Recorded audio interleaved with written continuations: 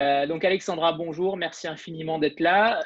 Tu es là pour ton roman À crier dans les ruines aux forges de Vulcain. Alors déjà, est-ce que tu peux nous présenter, nous pitcher un peu le roman pour ceux qui ne l'ont pas lu? Donc aujourd'hui, on a des gens qui l'ont lu, des gens qui l'ont pas lu, et des gens comme moi qui sont en train de le lire. Ok.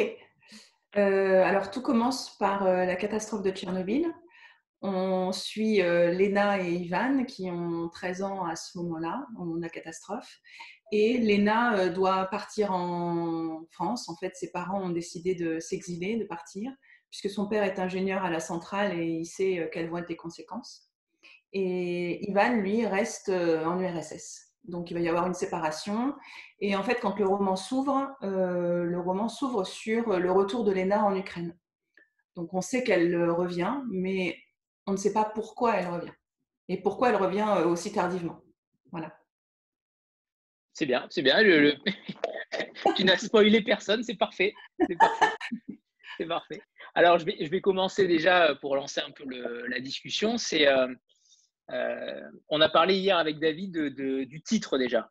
Du Oui. titre, voilà, comment on sait qu'il a pas été décidé par toi réellement, mais en partie. Comment ça s'est dessiné? Parce qu'on apprécie énormément le titre. Donc, est-ce que tu peux nous en dire un peu plus déjà sur ça? Oui, bien sûr. En fait, quand j'ai commencé à travailler sur le manuscrit, au départ, c'était projet T, comme Tchernobyl, T comme Tchernobyl. Et puis après, rapidement, il est passé à Rayonnante parce que il y avait seulement la narration de Léna au tout départ dans le premier projet. Et ça convenait pour la polysémie avec les rayons, mais aussi rayonnante, etc. Enfin, voilà. Et quand après j'ai retravaillé le manuscrit et j'ai inséré les lettres d'Ivan et le titre féminin ne convenait plus. Donc à ce moment-là, je l'ai changé, j'ai mis les deux terres puisque enfin, de façon banale, il y avait deux terres. Donc voilà.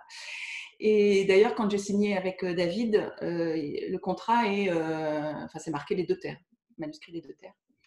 Et puis ensuite, en retravaillant avec David, le titre ne me convenait plus. Je trouvais que c'était assez plat. Donc j'ai cherché, on a cherché d'autres titres, mais à chaque fois, ça ne nous convenait pas. Et vers, je sais pas, le mois de mars, avril, donc on était quand même assez proche de la publication. Je pense que c'était ça. David, après, tu me dis si je me trompe, mais on devait être au mois de mars. Et, euh, et là, il y avait un dîner avec les forgerons. Et tout le monde, c'était le premier dîner, donc déjà, je ne les connaissais pas. Donc, enfin, je connaissais un peu Gilles, mais pas beaucoup, mais sinon, je ne les connaissais pas. Donc, ils m'ont demandé alors, t'en es où, le titre, la couverture, etc. Et je leur dis, alors le titre, en fait, pour l'instant, c'est L'Arche verte. Et il n'y a eu aucune réaction. Mais vraiment aucune. Enfin, tout le monde m'a regardé en me disant, d'accord. Alors, bon, je dis, ben. Et alors, tout le monde me disait, mais arche verte, déjà, c'est dur à dire. Arche verte, voilà, ça fait des. Hein. On va confondre parfois, on va te faire répéter, et puis ça va peut-être plutôt faire archevêque. Et donc, et en plus, certains auteurs me disaient, autant rayonnante, il y avait une énergie qui était là, enfin, c'était chouette. L'arche verte, c'est quelque chose qui est posé, qui est statique et qui donne pas envie de lire, quoi. C'est un pavé, voilà, voilà. Bon, alors j'étais un petit peu démoralisée quand même parce que j'avais plus de titre. Et au cours du dîner, Gilles Marchand me dit, écoute, moi quand je n'arrive pas à trouver un titre, je lis de la poésie. Donc tu devrais lire de la poésie parce que la poésie forcément convoque des images. Et à ce moment-là, ben, de fil en aiguille, tu as aussi un titre qui naît pour toi. Et il enchaîne en me disant, moi je viens de lire un poème là qui s'appelle Poème à crier dans les ruines d'Aragon. Et il faudrait vraiment que tu le lises parce que quand tu me pitches ton bouquin, j'ai vraiment l'impression qu'il colle à ton manuscrit. Et alors là, je lui dis, mais attends, enfin, le titre, on enlève poème, ça fait à crier dans les ruines. Et à ce moment-là, on a le titre. Et donc, on était super contents. Donc, on dit à David, on va trouver, etc. Machin. Donc, on lui dit, et avec sa sagesse légendaire, il nous dit, bon, on va attendre le lendemain parce que là, on est en fin de dîner et parfois, les grandes idées de fin de dîner ne sont pas forcément les grandes idées du lendemain. Enfin, voilà, ce ne sont pas des idées le lendemain. Et, et quand je suis rentrée chez moi, je ne connaissais pas en fait ce poème parce que c'est un poème qui a été publié en avril, qui a été republié en avril 2019 dans le recueil La Grande Gaîté. Mais avant, il n'était pas publié. Donc, il était quand même disponible sur Internet. Donc, je l'ai lu. C'est un long poème. Et dans le poème, on a la figure de Mazepa, qui est un chef cosaque ukrainien. Et je trouvais la coïncidence incroyable parce qu'il y a très peu de poèmes français qui parlent de l'Ukraine. Et là, dans À crier dans les ruines, il y avait une mention de l'Ukraine. Donc voilà, donc le lendemain, j'ai dit à David, on garde le titre. Okay. Et tu as parlé des forgerons tout à l'heure. Alors, David en a parlé hier, mais pour ceux qui ne connaissent pas, tu peux en parler rapidement, Alexandra ou David d'ailleurs, pour l'histoire des forgerons des repas, parce que c'est assez inédit quand même. C'est dans les maisons c'est à l'initiative de David, du coup, je vais peut-être le laisser parler. Il n'est pas là. Il est là. Si, j'avais coupé mon micro. Non, c'est une idée initialement de Thomas Spock, qui est un auteur des Forges, qui proposait qu'on se voit une fois par mois entre auteurs. Et donc, effectivement, on a un dîner depuis un peu plus de 2 ans. Donc, c'est pas depuis le début de la maison d'édition, c'est juste depuis 2 ans qu'on fait ça. On en a fait une vingtaine, je pense. Et voilà, c'est inédit parce qu'effectivement, dans l'édition, on n'encourage pas généralement le compagnonnage entre auteurs. Ça existe, mais souvent, ça vient des auteurs et c'est pas, comment dire, encouragé par la maison d'édition, mais au Forge, on fait ça. Ok. Si quelqu'un a une question, n'hésitez pas, sinon je continue. Est-ce que Alexandra, déjà, tu peux nous dire ton parcours, parce que tu n'as pas été auteur depuis toujours. Qu'as-tu fait donc avant et que fais-tu maintenant? Alors, je suis enseignante, j'enseigne le français, le latin et le grec, voilà, en région parisienne. Et mon parcours, alors j'adore lire et en 2005-2006, j'ai ouvert un blog qui s'appelle Bric à Book parce que autour de moi, alors je suis une grande lectrice et autour de moi personne ne lisait, donc j'étais un peu frustrée. Je ne faisais partie d'aucun cercle de lecture parce que je venais de Caen et j'avais personne en région parisienne. Et donc, je me suis dit, autant ouvrir un blog pour partager mes lectures. Voilà. Et au bout de, je ne sais pas, 3-4 ans, j'ai aussi ouvert un atelier d'écriture pour pouvoir... en fait, j'avais envie d'écrire, mais d'écrire des formes courtes, des nouvelles. Et je faisais des concours que je voyais sur Internet ou dans les revues, mais j'arrivais pas à à m'astreindre à vraiment quelque chose de régulier.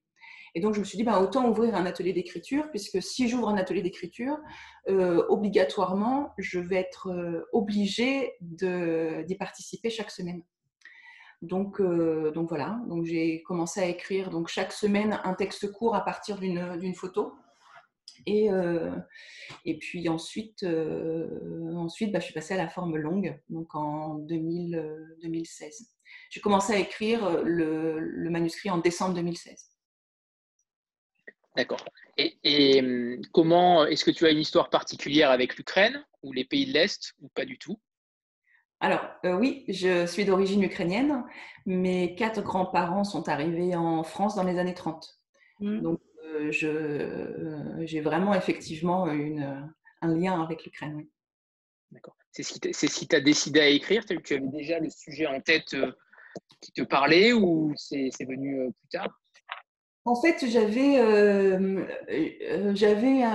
envie de raconter un épisode qui était assez méconnu en Ukraine, qui s'appelle l'Holodomor, et voilà, qui s'appelle l'Holodomor. Et quand j'ai commencé à écrire, ce thème-là a complètement disparu de mon envie. Enfin, je n'y pensais plus, mais il est revenu au cours de l'écriture. Oui. Mais en fait, le point de départ de Tchernobyl, c'est parce que, en fait, quand j'étais petite et que je disais que j'étais d'origine ukrainienne, on me disait, oui, Tchernobyl, en fait, t'es ukrainienne, c'est Tchernobyl. Et je trouvais ça dommage qu'un pays soit stigmatisé par une catastrophe. Donc là, en fait, j'en parle de façon paradoxale, mais c'est pour mieux ensuite montrer la richesse de ce pays-là, qui n'est pas seulement caractérisé par un accident nucléaire. Est-ce que tu y es déjà allé? Jamais. Jamais. Okay. Jamais. En fait, j'ai fait du russe en LV2. Donc, j'ai fait 12-15 ans de russe, je crois. Je suis allée en Russie, je suis allée en Pologne, en République tchèque, etc. Mais jamais en Ukraine, non. Par choix ou c'était plutôt par traumatisme, entre guillemets, national?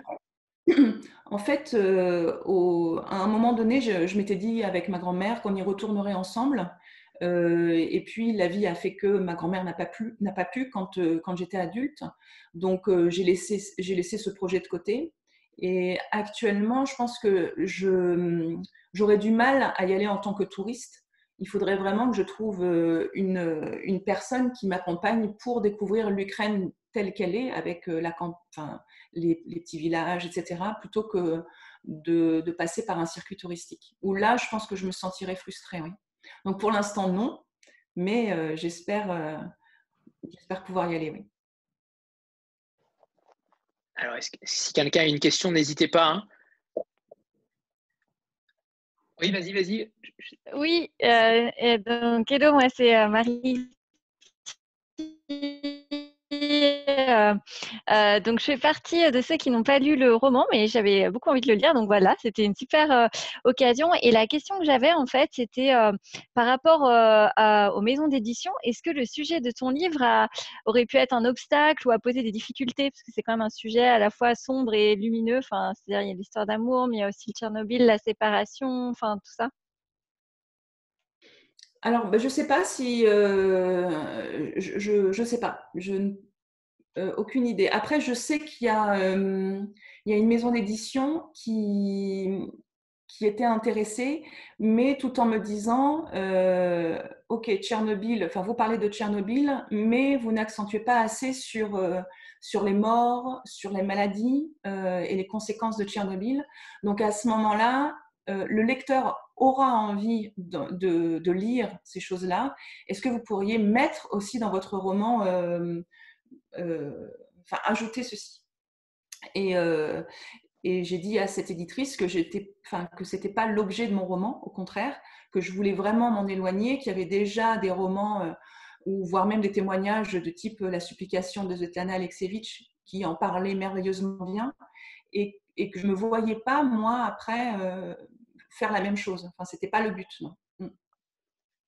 Alors justement, je suis en cours de lecture et j'ai l'impression que Tchernobyl est une sorte de fil rouge, une sorte de prétexte pour parler d'une histoire d'amour au final. Est-ce que c'est ce que tu as voulu décrire?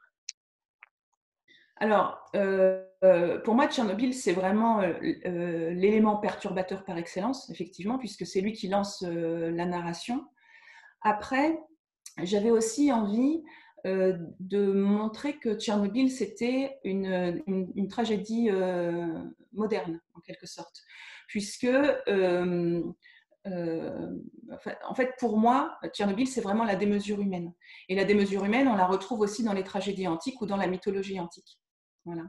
Et quand je voyais Tchernobyl avec cette carte postale qui était vraiment une carte postale du monde soviétique qui était sous nos yeux, c'est-à-dire que quand on visite Tchernobyl ou Pripyat, on a vraiment l'impression d'avoir un monde arrêté face à nous, une carte postale du monde de 86. Et quand je suis allée à Pompéi ou à Herculanum, j'ai eu cette vision aussi, c'est-à-dire qu'on a des corps qui sont là, qui sont calcinés, on a vraiment la vie telle qu'elle était, enfin pas telle qu'elle était, mais on a vraiment une carte postale aussi de l'Antiquité. Et pour moi, alors, puisque j'enseigne le latin et le grec, j'avais vraiment cette comparaison à chaque fois. Tchernobyl comme une tragédie moderne, comme on avait pu déjà l'écrire dans l'Antiquité. D'accord. Léna, tu avais une question? Oui, j'avais 2 questions. Alors, la première, pour revenir sur la précédente, comment est-ce que tu as fait pour choisir les forges, finalement? Pourquoi cette maison d'édition-là? Qu'est-ce qui a fait que tu es allée vers les forges? C'est la première question. Et la deuxième, on voit qu'il y a une écriture qui est quand même très cinématographique. Est-ce que en écrivant, tu y as pensé à ça, à un film éventuellement, voire même une série, que sais-je? Voilà pour les 2 petites questions.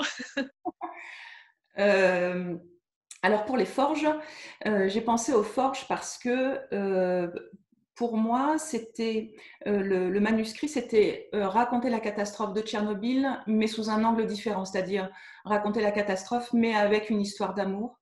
Alors, c'est pas qu'une histoire d'amour, c'est aussi une histoire d'amour à la terre, d'amour à la patrie, d'amour à la langue finalement. C'est une histoire d'amour, mais au sens pluriel.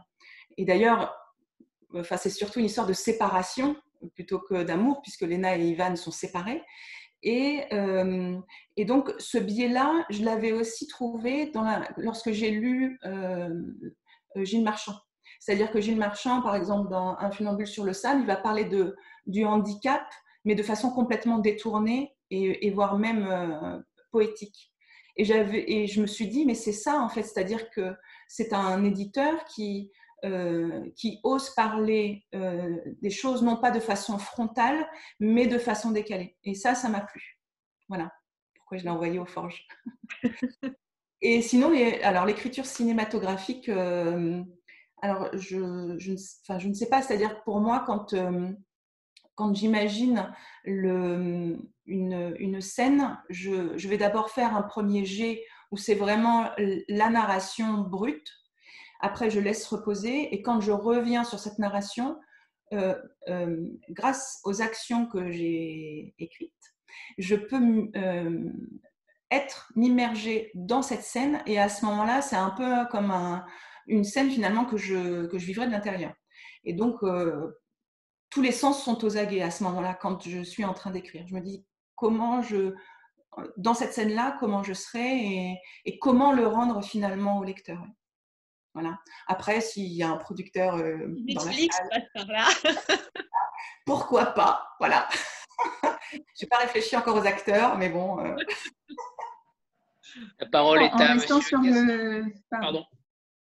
Vas-y, Céline, vas-y. Gaston, alors vas-y. Bonjour, Gaston, on a déjà communiqué ensemble sur Instagram. Moi, avec le caddie. Ouais, avec le caddie notamment. Ouais. Vous avez dit que vous n'êtes jamais allé en Ukraine. Du coup, à partir de quoi vous avez décrit l'endroit, les relations entre les gens là-bas?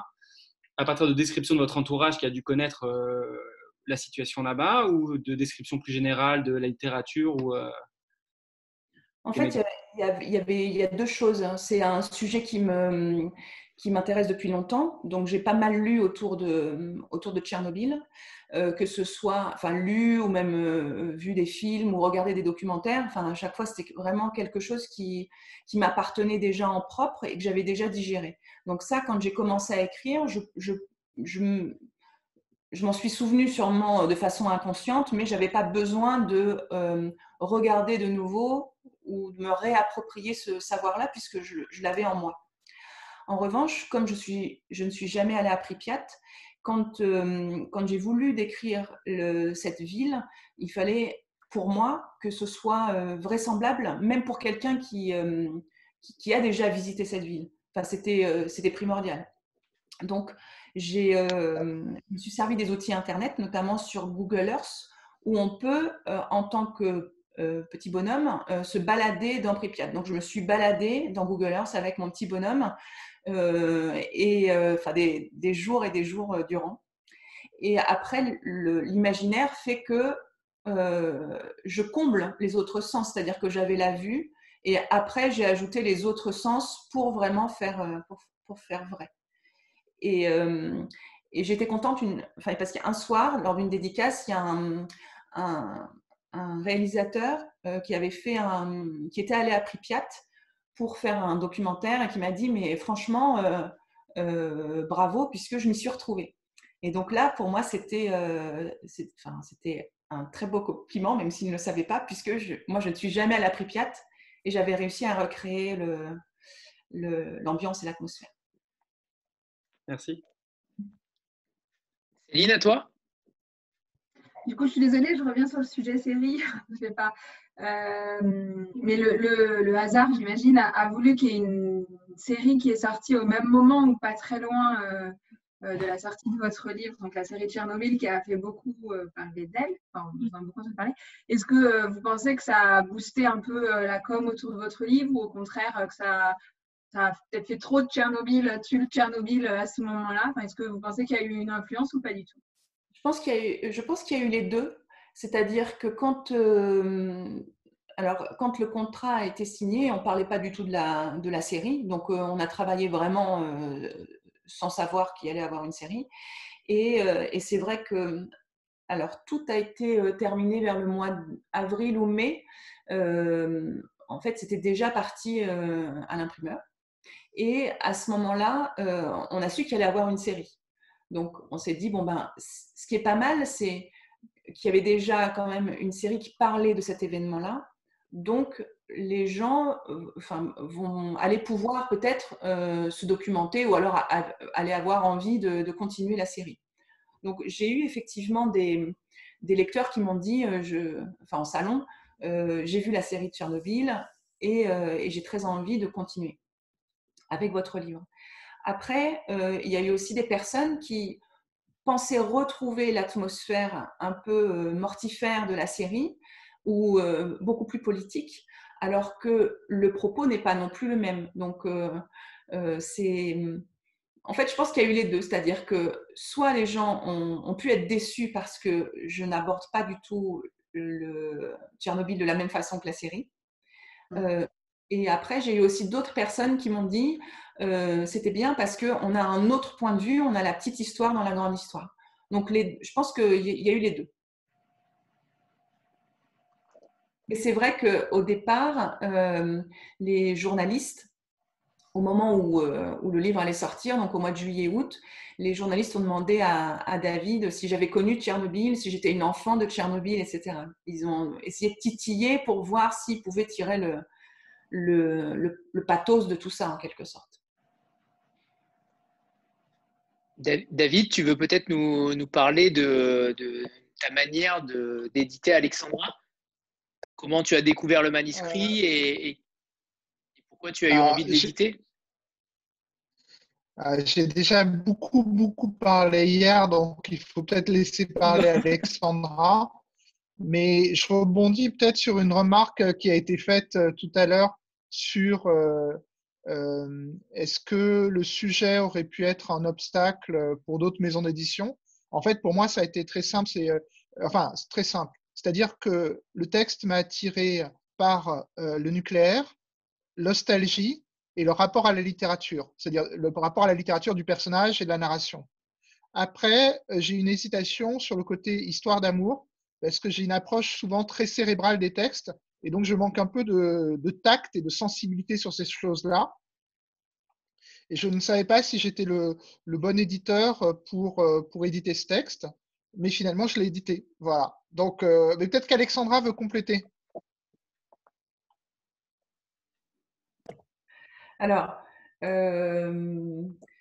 oui, alors effectivement, au départ, David m'avait dit, la réception du manuscrit, il m'a renvoyé un mail en me disant qu'il avait beaucoup aimé et qu'il avait lu le manuscrit en quelques jours d'une traite, qu'il n'avait pas pu le lâcher, donc ça c'était très bien. Et puis après, en fait, dans son mail, il mettait en avant tout ce que j'ai voulu mettre dans ce récit. Donc je me suis dit, mais c'est chouette, cet éditeur-là comprend tout, puisque j'avais eu auparavant l'éditrice qui me disait il faut ajouter des choses morbides, etc. Là, David n'était pas du tout sur ce plan-là. Et puis ensuite, il m'a dit, comme il vient de vous le dire, que ce n'était pas trop dans sa ligne éditoriale, etc. Bon, après, les mois se sont passés. Et puis, en septembre, David alors c'était quoi? C'était 4-5 mois après, m'a écrit un mail en me disant qu'il avait lu 700 manuscrits, mais qu'à chaque fois qu'il lisait un manuscrit, que cette histoire le hantait en quelque sorte. Et donc, il fallait qu'il travaille ce manuscrit avec moi, puisqu'il le hantait. Et je trouvais ça beau, en fait. Pour ceux qui l'ont lu, vous avez dû voir que j'aime beaucoup les symboles.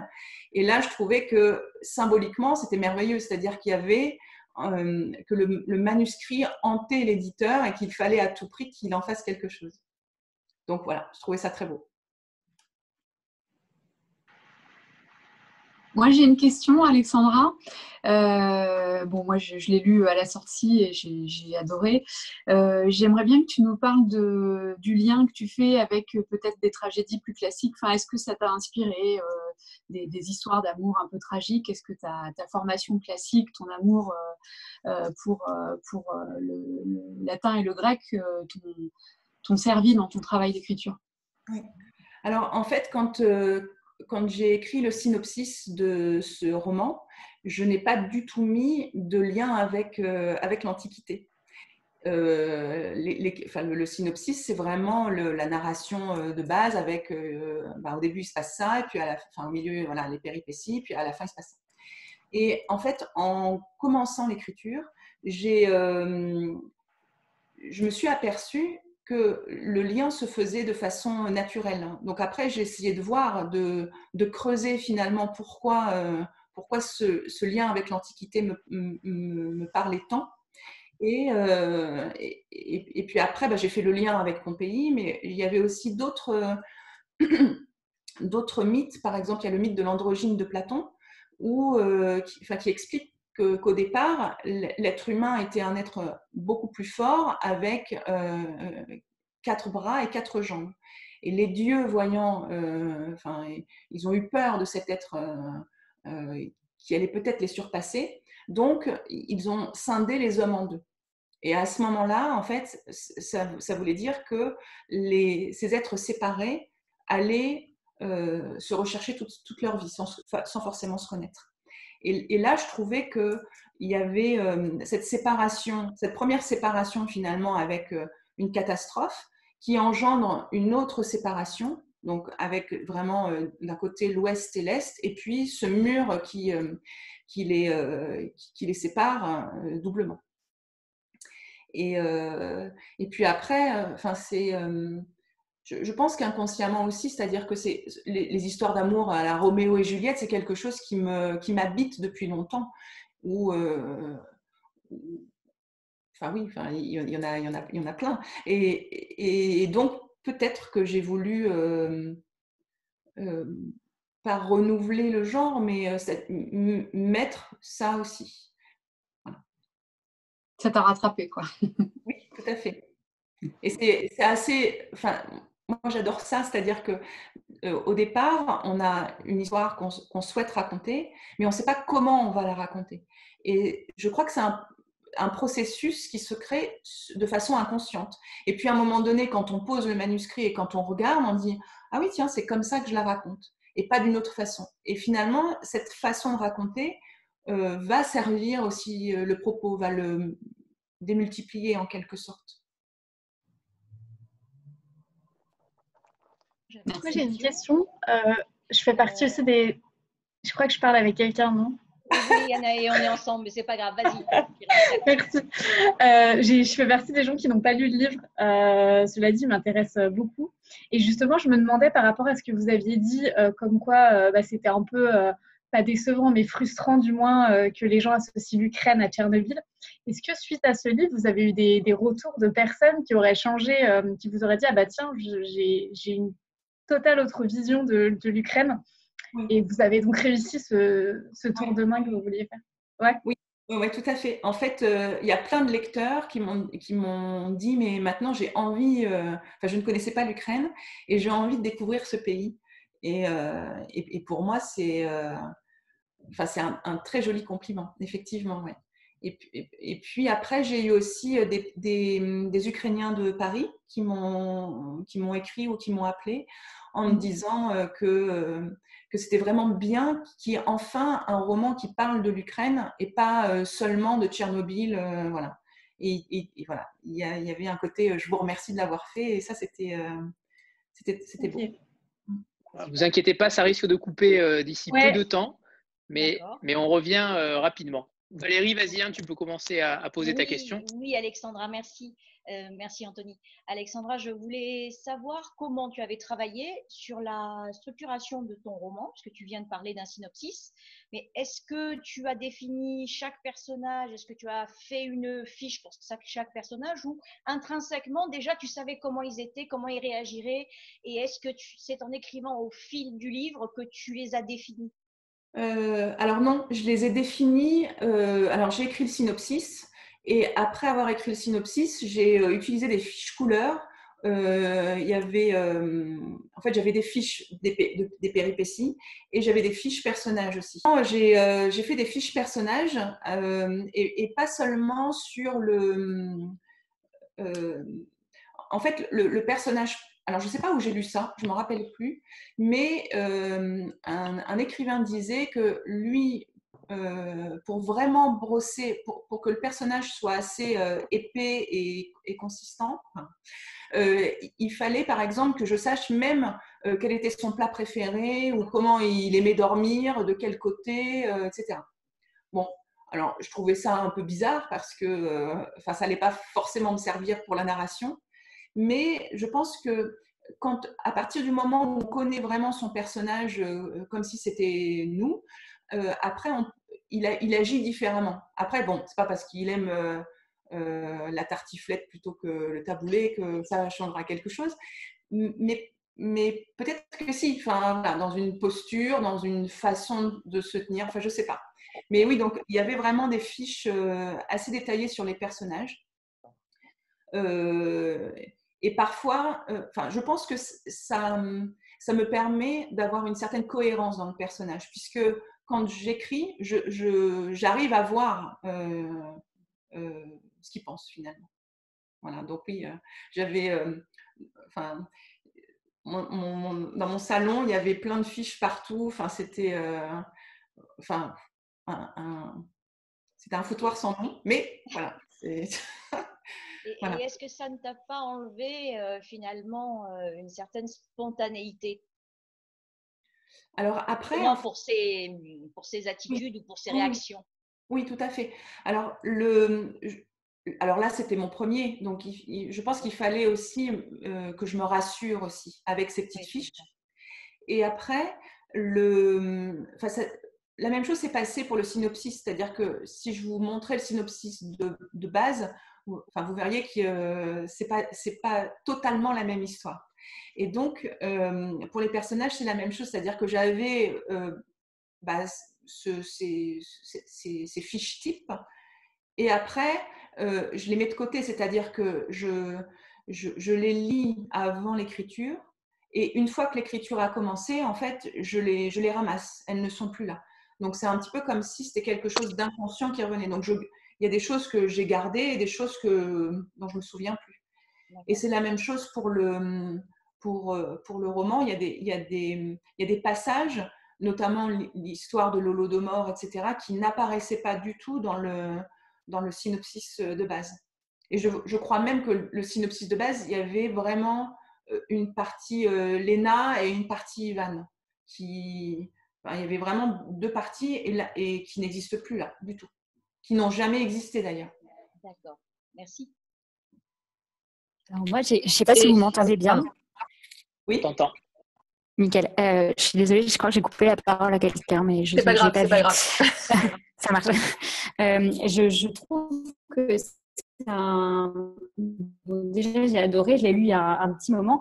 Moi, ma question, c'était plus par rapport à cette notion d'exil, parce que la fracture identitaire, je l'ai trouvée particulièrement bien traitée. Et c'est amusant de voir que, enfin, amusant pas du tout, mais enfin, de voir que, comment dirais-je, que vos grands-parents, finalement, sont passés par là. Est-ce que vous avez, je ne sais pas, recueilli des témoignages d'eux? Comment ça s'est passé par rapport à ça? Parce que c'est hyper bien traité dans la façon de...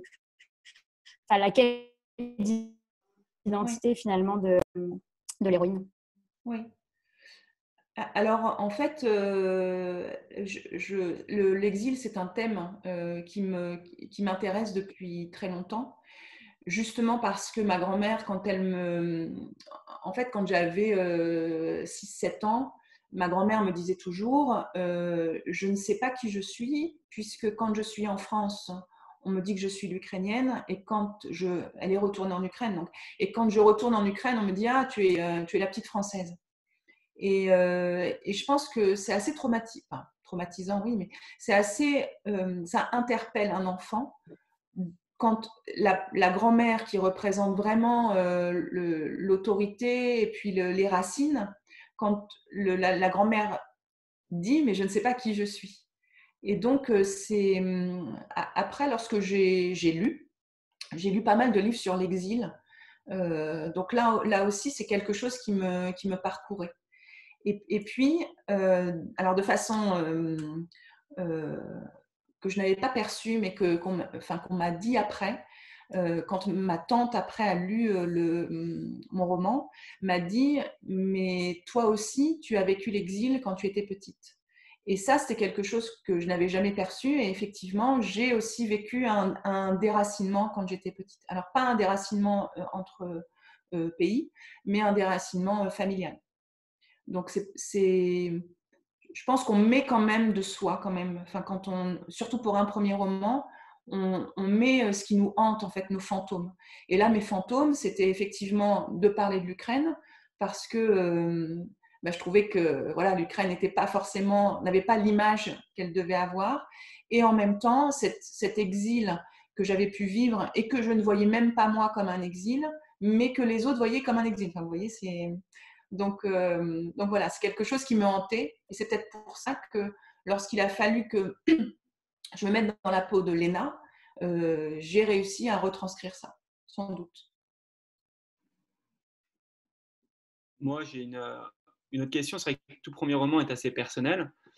Et du coup, on voit bien le personnage de Léna. Elle a réussi pour renouer avec du coup, ses origines qui sont représentées par le personnage de Yvan, je pense. Est-ce que vous pensez que ça vous suffit pour vous renouer avec vos origines, ou vous allez faire le pas d'y aller?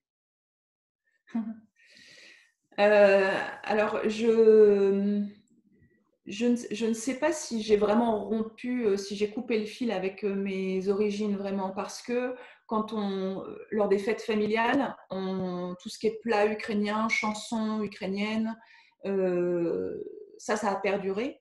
Et même quand j'étais adolescente, j'allais dans un camp ukrainien dans l'est de la France, donc avec des Français d'origine ukrainienne. Donc le lien n'a pas été rompu. En revanche, c'est vrai, effectivement, je ne suis jamais allée en Ukraine, tout simplement aussi parce que l'Ukraine, c'est un peu une image d'Épinal en quelque sorte. Et j'ai peur que le côté sacré de l'Ukraine me déstabilise. Enfin, j'ai un côté sacré de l'Ukraine avec le côté folklorique, et j'ai peur d'être déçue. Donc il y a ça aussi. Mais effectivement, il y a des Ukrainiens qui me parlent beaucoup de mon roman, donc je pense qu'il va falloir que j'y aille, oui.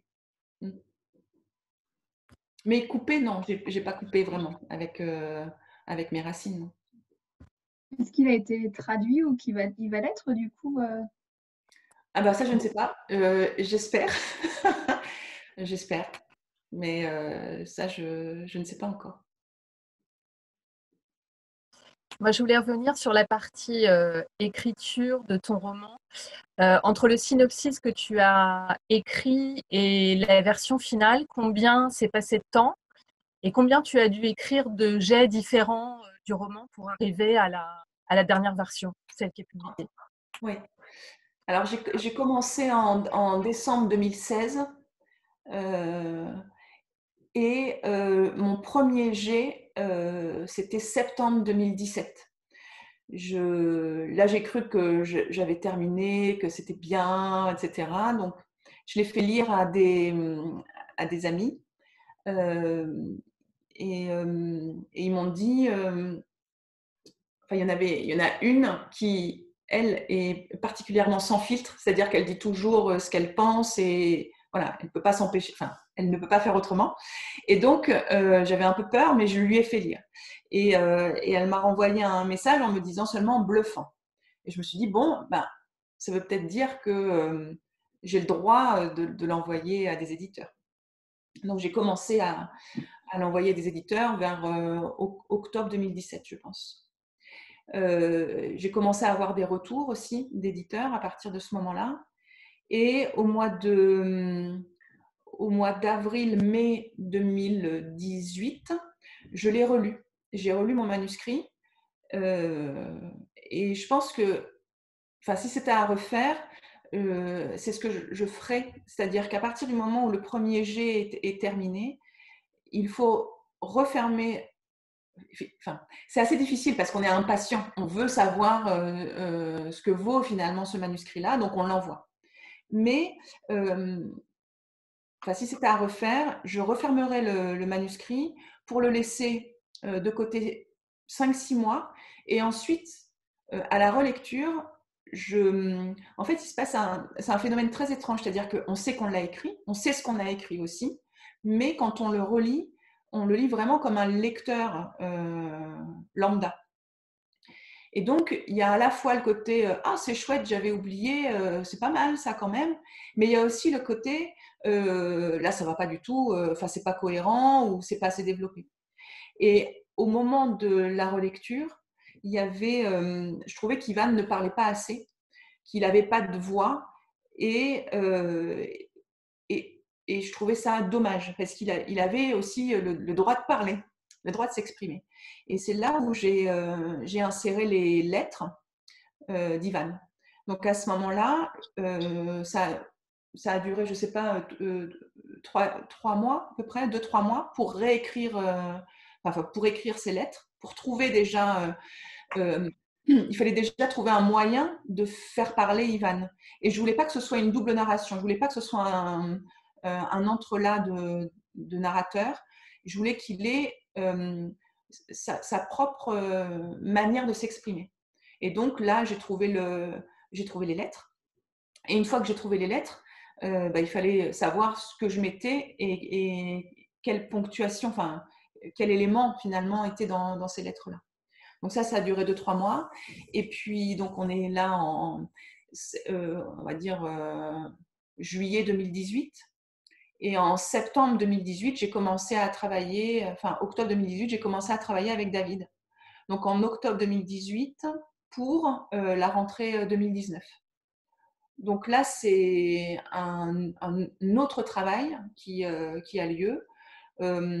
Où au départ, on a vraiment échangé avec David sur quel était vraiment le sujet, quel était le message que je voulais faire passer, et en fonction de ça, de voir si ce message avait abouti à la fin du roman. Donc là, c'est plus des corrections. Il n'y a pas eu... David n'a pas été un éditeur qui a barré des pages et des pages entières en disant ça non, ça non, ça non, ça non. On est plutôt revenu sur... donc déjà, il a fait des lectures thématiques pour voir si vraiment il y avait une ligne de base qui était là et qui était harmonieuse tout au long du roman, donc en fonction des différents thèmes. Et après, on passe à la lecture, les corrections chapitre ou même paragraphe par paragraphe, où là, il me disait... là, il faut plus que tu fasses une narration plutôt qu'une description des sentiments, par exemple. Donc voilà. Et puis, donc on arrive après à encore une nouvelle version. Moi, de mon côté, la fin ne me convenait plus. En fait, en travaillant avec David, je me suis rendu compte que la fin ne me convenait plus. Donc, j'ai réécrit la fin une première fois et puis une deuxième fois. Et puis là, David a accepté aussi cette nouvelle fin. Et ensuite, on passe à d'autres corrections. Ça va être les corrections orthotypos, donc la typographie et l'orthographe. Donc là, ça nous mène à mars 2019, où on arrive aux épreuves, enfin quasiment aux épreuves, au livre tel qu'il est commercialisé. Donc je ne sais pas combien de versions, puisqu'après c'est vraiment par petites touches où on va faire chapitre par chapitre, ou voire même après revenir pour voir si parce que quand on modifie quelque chose, après on peut ajouter quelque chose, c'est parfois aussi ajouter d'autres choses bien en amont pour que cette autre chose arrive. Voilà. Donc je ne sais pas combien de versions. C'est intéressant ce que vous dites. Quand est-ce qu'on sait, quand est-ce que on peut savoir, et si tant est qu'on peut savoir, si on laisse reposer un peu le bébé, quand est-ce qu'on sait quel est le bon moment pour justement aller voir l'éditeur qui fait ensuite ce travail de relecture, qui est un vrai travail à part entière. Et donc quand est-ce qu'on peut être sûr d'avoir une version qui est lisible par un éditeur, sachant que elle sera toujours perfectible en fait. Oui. Alors, je pense que j'aurais très bien pu ne pas ajouter les lettres d'Ivan parce que dans la première version, il y a un éditeur qui m'a dit « Ah, c'est chouette, j'aime beaucoup, etc. » Enfin, il y avait déjà quelqu'un qui y a cru. Après, quand j'ai relu, j'aurais très bien pu ne pas voir cet ajout-là. Mais pour moi, ça devenait essentiel de faire parler Ivan. Je ne pouvais plus finalement renvoyer ce manuscrit sans la voix d'Ivan. Donc là, je pense que quand on a un besoin, quand on veut combler quelque chose sur une histoire, il faut effectivement ne pas envoyer le manuscrit. Mais pour connaître ça, là aussi, le laisser de côté parce qu'en fait, quand on écrit, on passe 1 an et demi, 2 ans à écrire, on est vraiment la tête dans le guidon et on n'a aucun recul. Alors que là, au bout de 6 mois, c'est un processus très étrange. Et après, j'ai vu que Stephen King aussi le disait dans son livre Écriture. Il disait, mais enfermez vos manuscrits dans un tiroir, oubliez-les et ressortez-les lorsque vous les avez oubliés. Voilà. Et puis après, effectivement, se pose la question même avec le travail avec l'éditeur, c'est-à-dire qu'on pourrait, même là à l'heure actuelle, je pourrais encore être en train de corriger le manuscrit, puisque finalement, rien ne nous dit que c'est la bonne version. Mais je crois qu'il y a un moment, on est content de ce qu'on a fait, et tout ce qu'on a voulu dire, ça a été dit. Voilà, pour cette histoire-là. Et puis après, il faut en garder pour la suite aussi. Et tes 2 fins alternatives, sans en dévoiler aucune, elles étaient très différentes de la fin d'aujourd'hui? Elles étaient... je peux le dire aussi. Hein. En fait, tout se passait dans un rêve. C'était un rêve que faisait Léna. Mais en fait, Ivan avait une particularité qu'il n'a plus là dans la version finale. Donc, ça ne convenait plus. Mais c'était un rêve où il y avait une sorte de baptême où elle plongeait dans l'eau et puis il y avait Ivan aussi, ce qui faisait qu'il se passait quelque chose.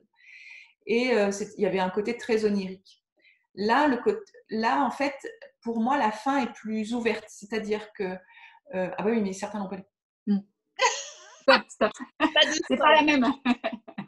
Alors, c'est pas la même fin du tout. Voilà. Mais seulement pour dire qu'il y a des lecteurs, et d'ailleurs, il y a des lecteurs qui ont compris la fin, mais de façon différente de ce que j'ai voulu mettre. Et d'ailleurs, David n'avait pas vu la même fin que moi.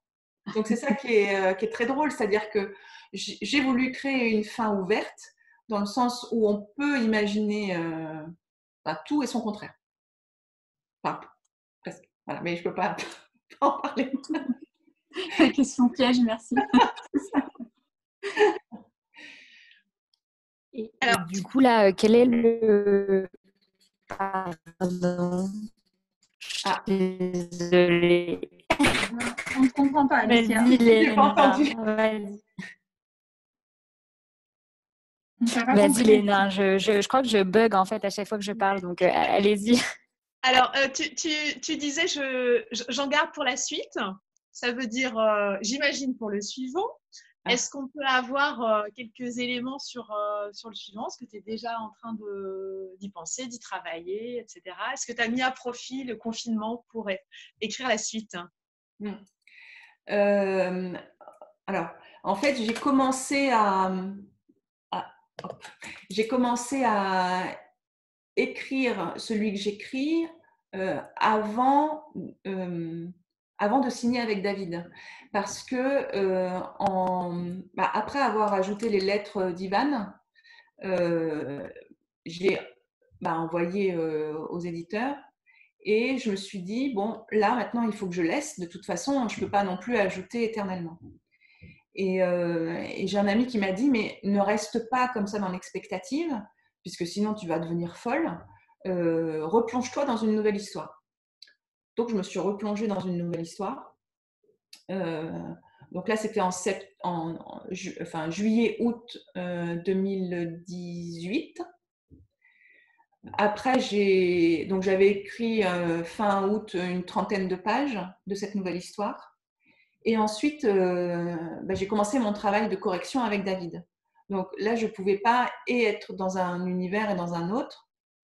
Donc, j'ai complètement laissé de côté ce manuscrit. Et au mois de mai-juin, là, pareil, David m'a dit, écoute, n'attends pas non plus, c'est un moment très particulier, le fait d'être publié pour la première fois.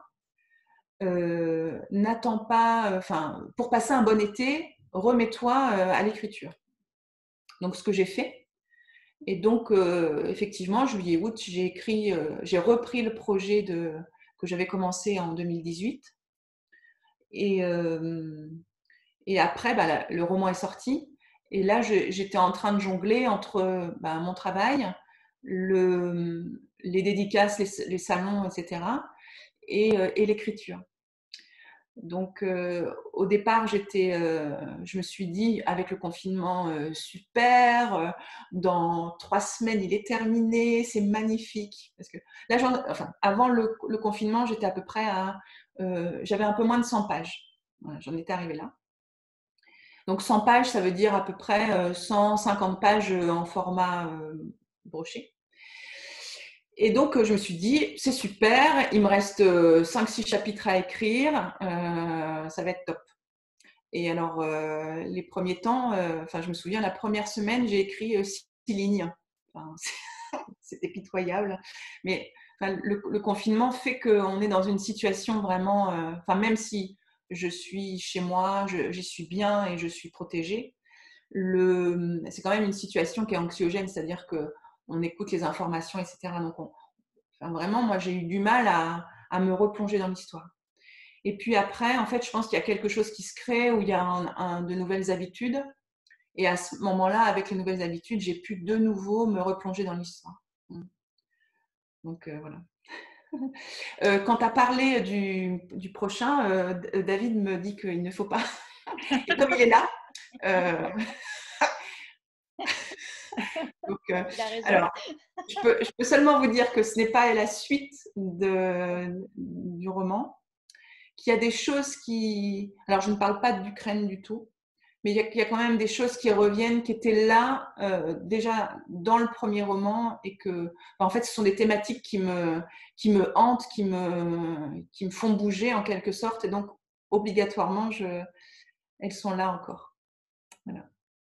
Bonjour Alexandra et bonjour David aussi. Tout d'abord, je voulais vous remercier au nom du prix Totem parce que voilà, le livre d'Alexandra fait partie de la sélection du prix Totem des lycéens qui a été initié par un jeune lycéen dans son lycée. Merci à vous d'ailleurs. Bien sûr. Et donc voilà, je voulais vous remercier tous les deux parce que vous aviez répondu spontanément et positivement à notre appel à don de livres pour pouvoir mettre des livres à disposition auprès des lycéens. Ça n'a pas été le cas de tous les auteurs et tous les auteurs et c'était super appréciable de votre part. Donc déjà, je voulais vous remercier pour ça. Moi, ma question, Alexandra, elle se portait justement sur des thématiques qui sont un peu sous-jacentes du livre, mais qui sont quand même là, notamment la nature.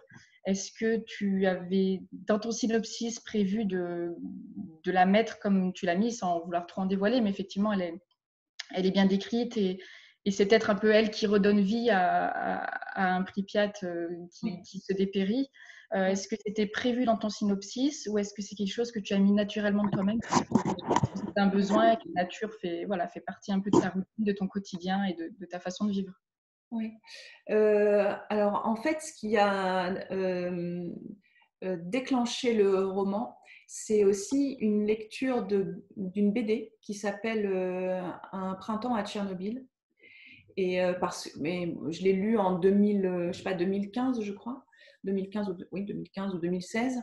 Et quand j'ai commencé à la lire, je me suis dit, oh là là, je vais trouver des choses comme d'habitude, c'est-à-dire des morts, le cancer, enfin, la thyroïde, etc. Et en fait, on suit Emmanuel Lepage, qui est l'illustrateur, parce que c'est une œuvre de commande. Donc, il dit, mais qu'est-ce que je vais aller faire à Tchernobyl, puisqu'il passe aussi des examens, etc., avant d'y aller. Et quand il arrive sur les lieux, il est complètement ébahi par cette nature qui explose. Et donc, ces planches aussi, il y a des verres éclatants, etc. Et là, je me suis dit, mais qu'est-ce que c'est que ça? Donc, je suis allée voir sur Google, j'ai tapé Pripyat, et j'ai découvert effectivement cette nature qui avait repris ses droits.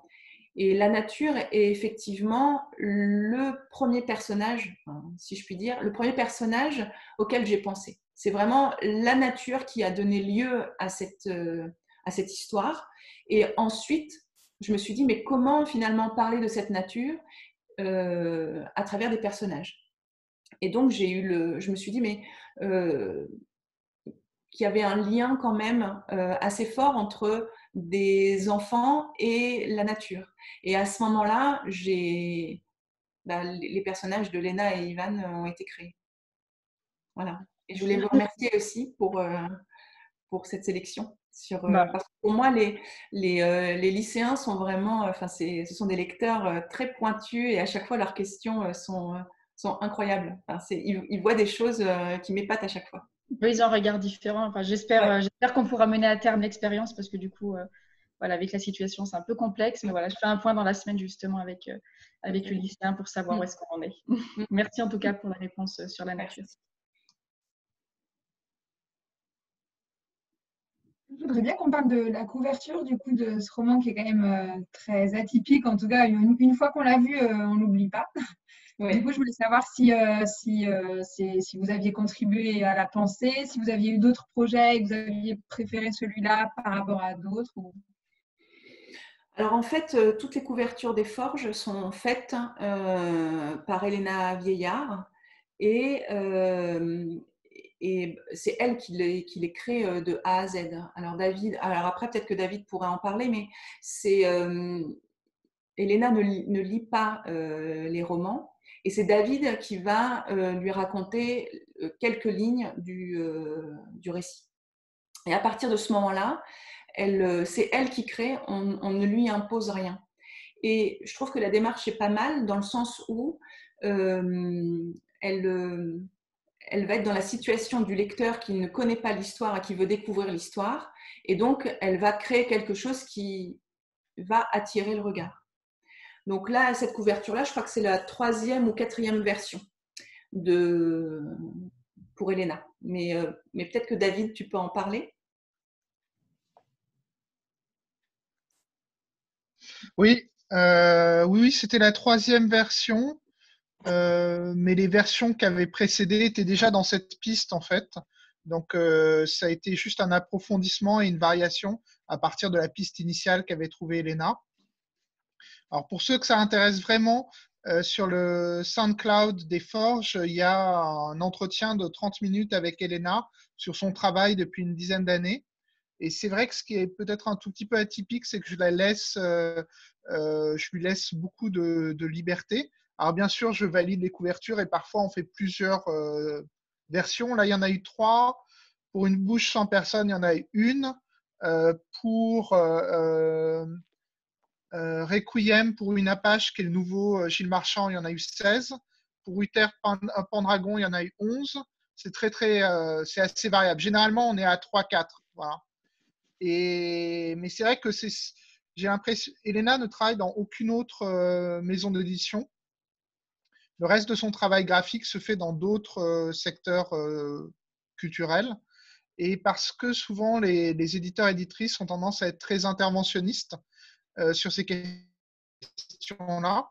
Parce que finalement, le métier de l'éditeur, c'est plus d'être le chef d'orchestre entre plein de compétences techniques très variées. Et donc, les éditeurs-éditrices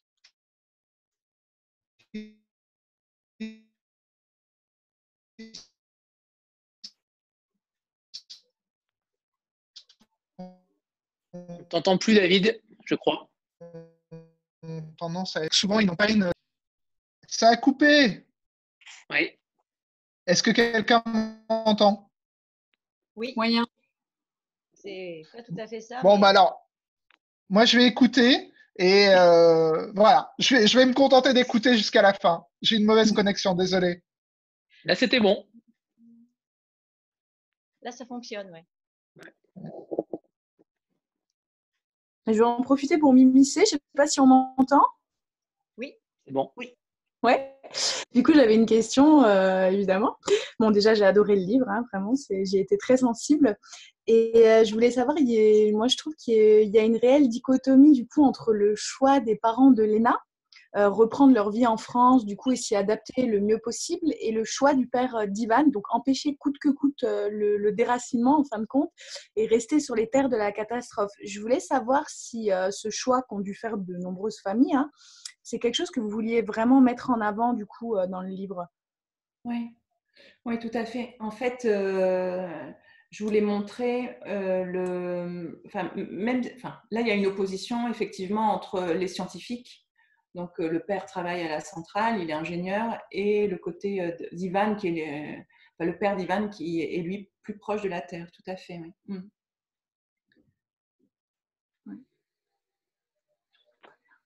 Je ne sais pas si c'est avec moi, je n'entends pas bien, mais... Ça a marché. Ça a marché. Ouais, je peux répéter. Hein. Ouais. Oui, ouais, en fait... Je suis désolée, je n'ai pas entendu.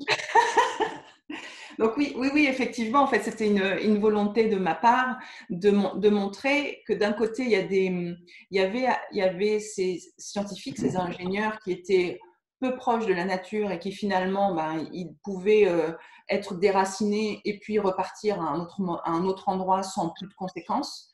Et d'avoir aussi justement le père d'Ivan qui est là et qui a besoin de sa terre pour pouvoir vivre. Tout à fait, oui. D'accord. Merci. Alexandra, est-ce que tu as des influences littéraires particulières? Qu'est-ce que tu lis d'habitude?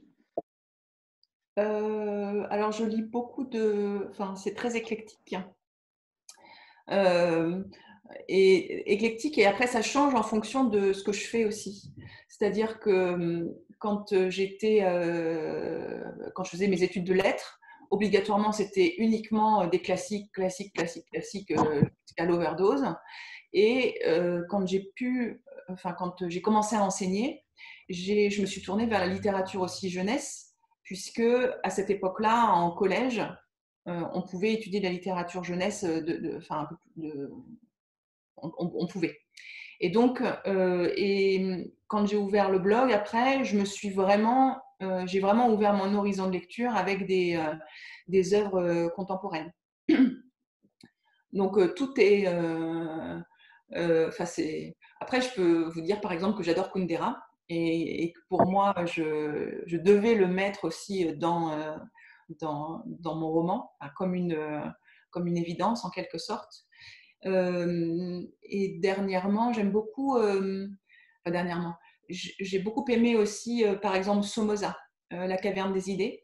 C'est une espèce de polar qui se passe dans l'Antiquité avec une réflexion sur la littérature parce que le narrateur traduit une œuvre, donc un policier antique, et à partir du moment où il traduit l'œuvre, il y a des choses qui se passent dans sa propre réalité qui correspondent à ce qu'il est en train de traduire.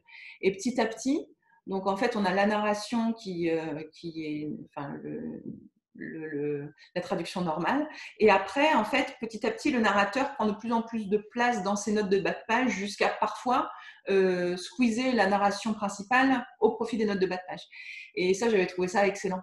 Voilà, ce jeu avec le lecteur et c'est un génie, cet auteur, il est magnifique. Mais je trouve qu'il est peu connu en France et que c'est vraiment un tort parce qu'il est incroyable. Enfin, il arrive à renouveler à chaque fois. Il révolutionne aussi bien l'histoire, puis même il fait des recherches à chaque fois impressionnantes quand il écrit presque une œuvre sur la théorie des cordes aussi, il a écrit. Oui. Il a fait des recherches scientifiques. Mais c'est vrai qu'il invente même un style littéraire dans tout ce qu'il écrit. Tout à fait. Ouais. Et ceux qui n'ont pas lu La Caverne des idées, lisez-le, c'est vraiment un livre génialissime. Ah oui. Moi, je me rappelle quand j'ai commencé à le lire, je criais au génie toutes les pages en disant « Oh, mais mon Dieu, mon Dieu, mon Dieu !» Voilà, c'est vraiment une grosse découverte. Exactement. Est-ce que tes... Vas-y, Valérie. Merci, Anthony. Je n'ai pas lu le livre, mais je suis... pas encore, en tout cas. Mais je suis intéressée de savoir comment vous avez traité, parce que j'imagine que vous avez dû quand même traiter une partie technique, vous avez dû parler de Tchernobyl, mais peut-être sur d'une manière scientifique. Et comment est-ce que vous avez abordé ça? Est-ce que vous êtes beaucoup documenté ou est-ce que vous avez finalement laissé l'imagination, dans une certaine mesure, l'imagination prendre le pouvoir? Alors, c'est en 2 temps, effectivement. Quand j'ai raconté la catastrophe de Tchernobyl, puisque je l'ai raconté, il fallait que ce soit vraisemblable. Mais je ne suis pas du tout une scientifique, donc je me suis documentée. Effectivement, j'ai lu beaucoup de choses, mais là encore, il fallait que, non pas que je retraduise ça sous forme Wikipédia, parce que ça ne m'intéressait pas, c'était pas ce que je voulais. Donc, j'ai essayé de retranscrire ça avec mes mots, je l'ai laissé de côté, et ensuite seulement, j'ai laissé de côté quelques semaines pour qu'il y ait une sorte d'infusion en quelque sorte, enfin, que je digère tout ça. Et ensuite seulement, j'ai pu le mettre dans la narration et pour que ça passe de façon naturelle. Et là encore, j'avais peur que ce ne soit pas plausible de la part des scientifiques qui disent « Ah, ben, n'importe quoi, ce qu'elle écrit, etc. » Et j'ai retrouvé une amie que j'avais au collège, enfin, qui publiait un roman, c'est aussi retrouver d'anciennes connaissances. Et elle est devenue physicienne. Hein, donc, et elle a eu ce mot très drôle en disant « Mais je ne savais pas que tu étais aussi bonne en physique. » C'est excellent. Oui. Donc voilà. Et donc, j'étais contente là aussi. Mais c'est tout un travail, effectivement. Là, de nouveau, je pense que si on m'interrogeait dessus, je ne pourrais pas tenir une conférence sur ça, enfin, sur ce qui s'est passé à Tchernobyl. En revanche, j'ai pu le raconter à ce moment-là, après m'être documentée. Oui, parce que vous avez quelque part, vous l'avez intériorisé d'une certaine manière. Et presque, en l'intériorisant, vous l'avez presque finalement revécu une deuxième fois de l'intérieur. Oui, tout à fait. Et en fait, ça s'est peut-être adapté à les événements, vous les avez adaptés à votre sensibilité et aux matériaux dont vous aviez besoin pour écrire le livre. Oui, tout à fait. Ouais. Et c'est vrai que quand a eu lieu la diffusion de Tchernobyl, donc je me suis abonnée à la chaîne parce que je me suis dit obligatoirement on va m'en parler. Donc je l'ai regardé. Et au moment de la catastrophe de Tchernobyl, au moment de l'accident, donc le livre était déjà parti. Enfin, je pouvais plus toucher du tout. Et dans un passage dans l'épisode, il décrivait exactement de la même façon que moi. Et là, je me suis dit, c'est bien. C'est bon. Bravo.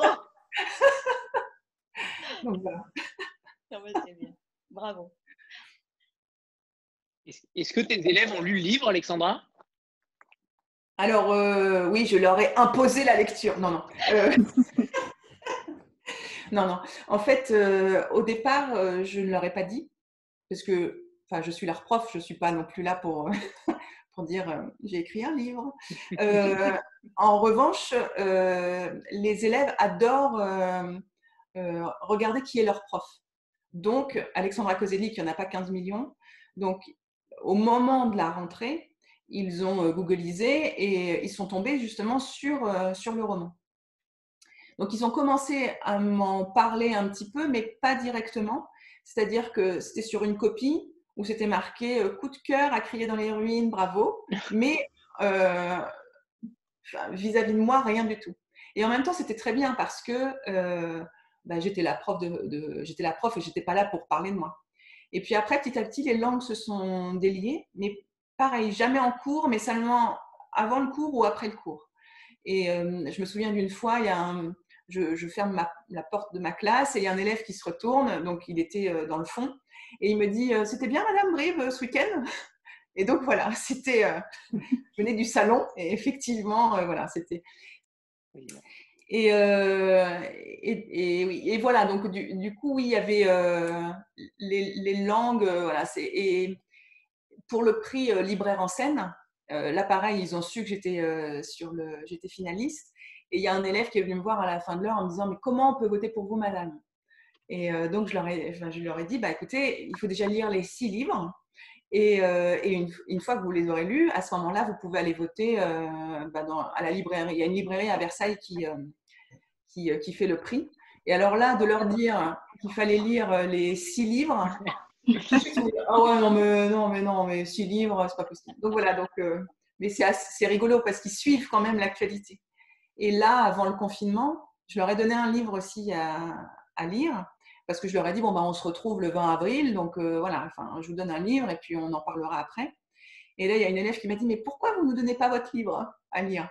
Alors, je leur ai dit, alors, je trouvais que c'était un peu… Je leur ai dit, non, mais si vous voulez le lire, vous pouvez le lire, mais je ne vais pas vous donner le livre à lire, non. Ok. Mais ce que je trouve très sympa, c'est qu'il était en fait donc il était sur il est sur le prix Totem, mais il était aussi sur le prix Nogaro, qui est le prix un prix mousquetaire en fait de primo-romancier. Et c'est un professeur de français en lycée qui s'occupe de ça. Et là, donc, il m'a dit que le prix n'aurait pas lieu vu les événements. Et il m'a dit, mais en même temps, en fait, donc il a travaillé le roman en première et le roman est sur une liste de bac. Et ça, je trouve ça très chouette. Voilà. Donc, on étudie encore du contemporain au bac. Oui, en fait, on peut présenter une œuvre contemporaine, tout à fait. Alors, c'est… Oui. Très bien. Là, c'est du très contemporain. Oui. Quelqu'un essaye de parler derrière, je crois, mais… C'est François? Fabrice? Non? Non, t'es rêvé, je pense. Ah, j'ai rêvé, ok. Tant pour moi. Est-ce que quelqu'un a une autre question? Oui, moi, j'aimerais bien savoir si dans le roman, il y a eu une scène qui avait été vraiment très difficile à écrire et qui a peut-être demandé de retravailler plusieurs fois, ou même peut-être que vous auriez supprimé du livre. C'est une bonne question. Oh, pardon, j'ai pas coupé mon micro, excusez-moi. C'est une bonne question, pardon. Alors, une scène difficile à écrire, tout le chapitre sur la partie de l'Holodomor. Je savais que ça allait pas être une partie de plaisir. Et donc, j'ai vraiment repoussé cette écriture-là. Et après, de façon assez… il faut que je rebranche ma tablette. Suspense.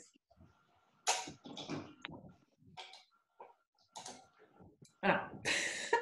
Et de façon assez étrange et caricaturale, j'ai commencé à écrire ce chapitre-là la nuit. Et donc, j'ai écrit toute la nuit, vu que c'était sombre et particulier. Voilà, après la fin, effectivement, j'avais du mal à savoir comment terminer.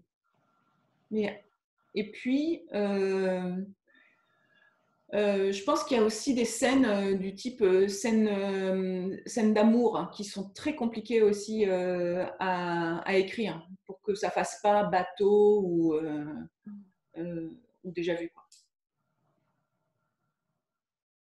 Okay. Merci. J'avais une autre question. Quand vous avez écrit le livre, étant donné que vous êtes d'origine ukrainienne et que vous êtes russophone, est-ce qu'il n'y a pas des moments où, quand vous avez écrit, alors c'est peut-être un peu capillotracté ma question, mais est-ce qu'il n'y a pas des moments où vous avez eu, quand il y a des scènes qui se passent en Ukraine, est-ce que vous n'avez pas eu la tentation de l'écrire en russe, par exemple? Est-ce que Alors, ça il y a direct des en mots russe russes dans le roman. Hein. Ouais. dans le roman, ouais. Alors, il y a des mots ukrainiens. Au moment de l'écrire. Alors, pas tant que ça, parce que en fait, ça fait très longtemps que je ne parle plus le russe. Et comme c'est une langue à déclinaison, je l'ai perdu. Enfin, vraiment, c'est autant quand j'entends parler russe, je peux à peu près comprendre, mais le parler, c'est pitoyable. Donc, je peux donner des petits mots par-ci, par-là, mais pas autrement, non. Mais effectivement, après, j'ai mis des mots en ukrainien dans le roman. Alors, je crois qu'il y en a 2 ou 3. Et ça a d'ailleurs posé un problème au moment quand c'est parti chez l'imprimeur, parce que la police faisait que les accents toniques n'étaient pas bien placés. En fait, donc il a fallu changer la police pour seulement ces mots-là. Donc voilà, c'était un petit truc technique. Mais j'avais envie qu'il y ait quand même de l'ukrainien de temps en temps dans la narration.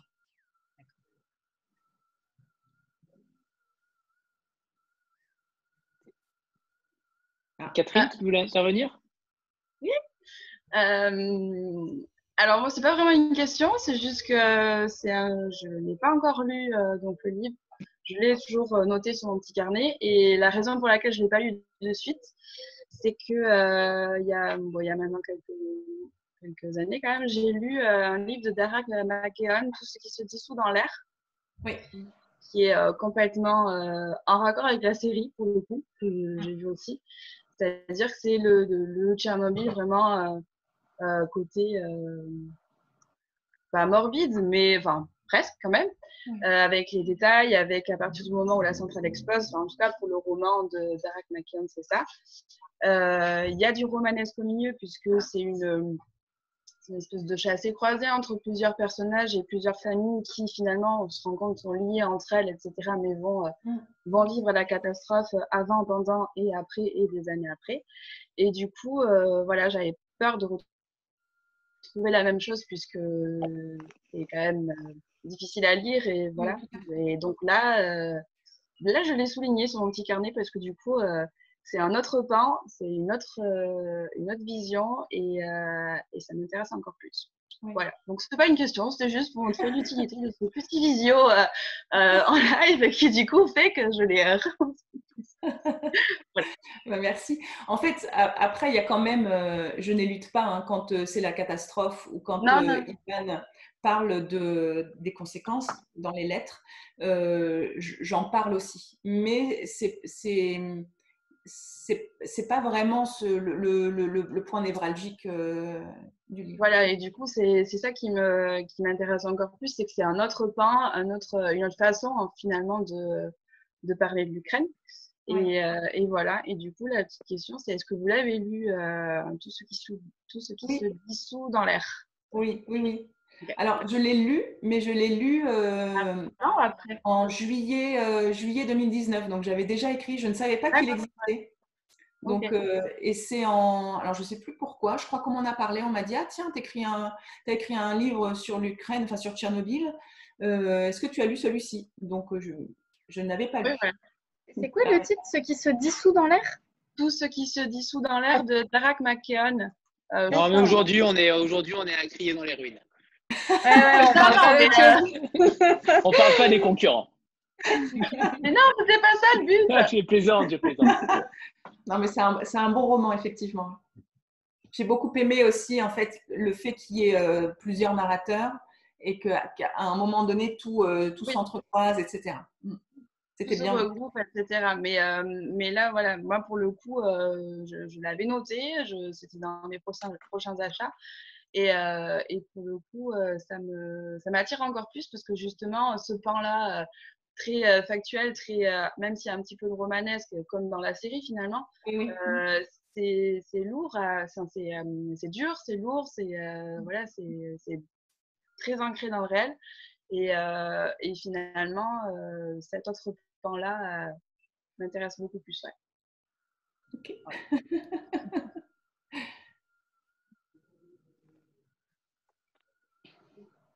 Anthony, on fait un petit selfie de tout le monde? Oui, tu as bien fait de me le rappeler. Je vais encore oublier. Donc, mettez-vous sur votre meilleur apparat. Je fais le screen.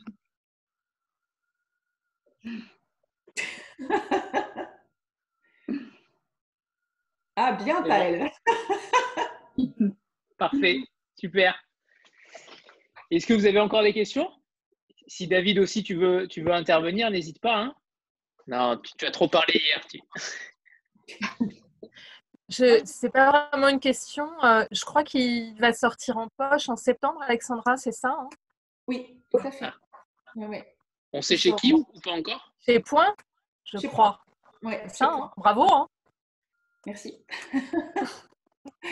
Ouais. On a la couverture, tout ça, mais je peux rien dire. Ah mince.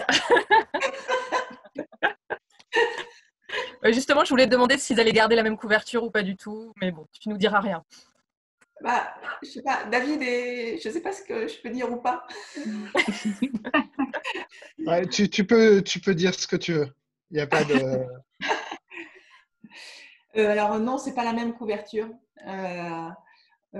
L'équipe voulait garder la même couverture, mais ça allait pas en fait avec la maquette du poche.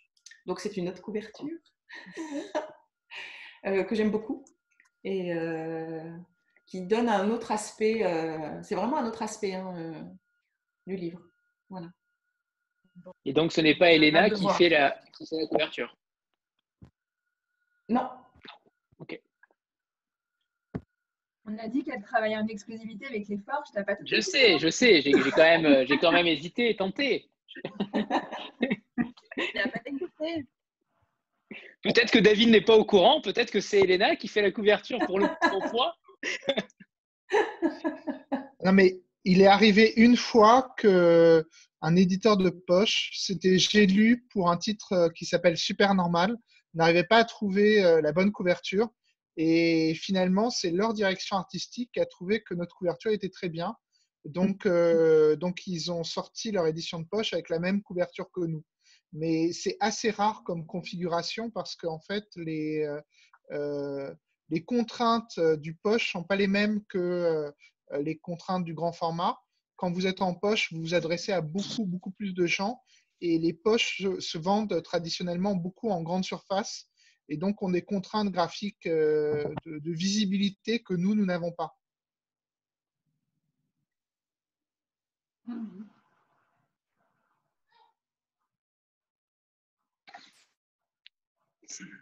Si quelqu'un a encore une autre question? Moi, j'ai peut-être une petite question. J'aurais voulu savoir ce que l'écriture évoquait à présent chez vous et à quoi l'associez-vous, tout simplement. Alors, l'écriture est un plaisir et un besoin, en quelque sorte. Oui. Je m'en suis rendu compte quand j'ai fait les corrections avec David. Quand on fait les corrections, c'est vraiment par petites touches. On va changer, on va ajouter 3 lignes, on va enlever. Et quand on a terminé les corrections et que je me suis replongée dans l'histoire avec une écriture où là, vraiment, j'avais le geste. Alors, j'écris très lentement, mais quand on écrit même ne serait-ce que 2 ou 3 paragraphes, et là, de retrouver ça, je trouvais ça très beau. Et j'avais vraiment un besoin de retourner à cette bulle finalement qui fait qu'on crée un nouvel univers. Enfin, c'est le nôtre et c'est une petite bulle et on est dedans et on est bien en fait. Voilà. Donc j'ai pas le mythe de l'auteur maudit qui doit boire ou souffrir pour écrire, non, c'est pas. Non. D'ailleurs, je pourrais pas tenir, je pense. Ça vous est arrivé de penser à vos personnages en... Ou pardon, je sais pas, quelqu'un voulait parler? C'est pas grave, vas-y, Joël. Non. Entre deux gorgées, vas-y. Merci.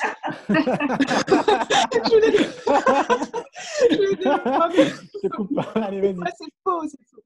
Est-ce que ça vous arrive, du coup, ça vous arrivait de penser pendant le processus d'écriture à vos personnages en journée comme de vraies personnes, en fait, d'y penser très souvent, d'y penser la nuit, en fait, vraiment de vivre avec vos personnages, en fin de compte? Oui.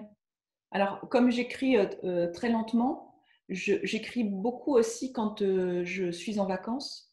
Et je me souviens de la période juillet-août 2017, où là, j'écrivais quasiment du matin au soir. Mais écrire du matin au soir, ça ne veut pas dire écrire 10 pages ou 15 pages. Ça veut parfois dire écrire 3 pages, par exemple. Mais c'est être concentré sur son ordinateur et ne rien voir. Et c'est vrai que je me souviens en fait, je sortais quand même le soir parce qu'il fallait quand même que je fasse autre chose. Et là, j'étais toujours dans une espèce de coton, en quelque sorte, comme si je n'arrivais pas à quitter l'univers dans lequel j'étais, que j'avais créé, pour me replonger dans la réalité. Et oui, je pense que c'est un peu comme quand on joue à des jeux vidéo et qu'on joue trop à des jeux vidéo. Après, on a l'impression de voir des choses dans la réalité qui appartiennent aux jeux vidéo. Et là, c'est un peu la même chose aussi. Oui. J'y pense. Après, effectivement, la création, c'est pas seulement quand on est devant son PC et qu'on écrit, mais la création, c'est aussi et surtout penser à ces personnages dans n'importe quelle situation et après de le mettre. C'est très étrange. Hein. Il y a 2 jours, par exemple, j'ai regardé les nuages et je trouvais qu'ils avaient une forme bizarre. Je trouvais qu'ils avaient une forme de tête. Voilà. Et ça menait à rien. Sauf que quand j'ai écrit, j'y ai repensé et je l'ai mis dans mon écriture. Voilà. Donc la création, c'est pas, les 3/4 du temps, c'est vraiment y penser à côté et noter sur ces petits carnets. Alors moi, par exemple, là, j'ai mon fils une semaine sur 2. Donc, une semaine, je collecte des informations que j'ai vraiment envie de mettre, mais sans passer par l'écriture. Et la semaine d'après, j'ai mes situations et je peux les mettre et je peux les écrire. Merci. Fabrice ? Tu peux boire de nouveau.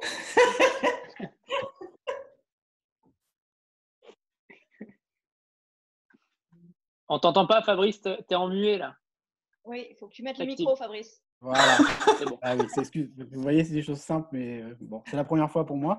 Donc, je voulais d'abord remercier Anthony pour cette rencontre et j'avais beaucoup de questions, mais toutes les questions ont déjà été posées. Je voulais juste dire que je trouve que votre livre, pour moi, c'est un conte écologique qui fait le complément avec la série, comme on en a parlé tout à l'heure, et qui fait le complément aussi avec le livre de Alexievitch que j'ai avec moi. Oui. Et puis, je voulais savoir comment on s'organise maintenant pour avoir ma petite dédicace, puisque d'habitude, les rencontres d'écrivains se terminent par une dédicace. Alors, comment on peut faire ça Oui, là, ça va être un peu compliqué, effectivement. Oui. Je ne sais pas si Anthony a prévu quelque chose. Je ne sais pas. Ouais, une signature électronique ou tout est possible. Hein, tout est possible. On va faire quelque chose. Oui. Mais effectivement, oui, vous avez raison pour compte écologique. Oui. Ne serait-ce que dans la façon de décrire aussi les personnages avec une identité assez forte et marquée, par exemple, ne serait-ce que chez les parents. Il y avait vraiment le côté conte avec ces personnes-là sont attachées à la terre et ces personnes-là, eux, sont plus scientifiques. Tout à fait, oui.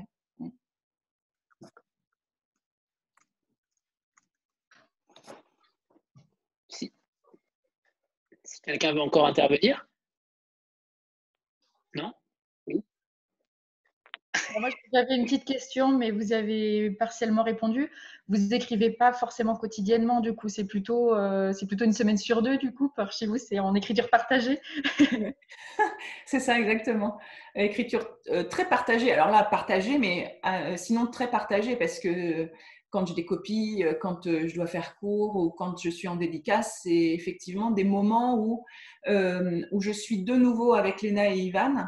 Et par exemple, je ne peux pas être à un salon le week-end et quand je rentre du salon dans le train, je ne peux pas me remettre au nouveau manuscrit, ce n'est pas possible. Donc là, il faut que je passe aussi par des strates où je laisse de côté Léna et Ivan pour après revenir avec mes autres personnages.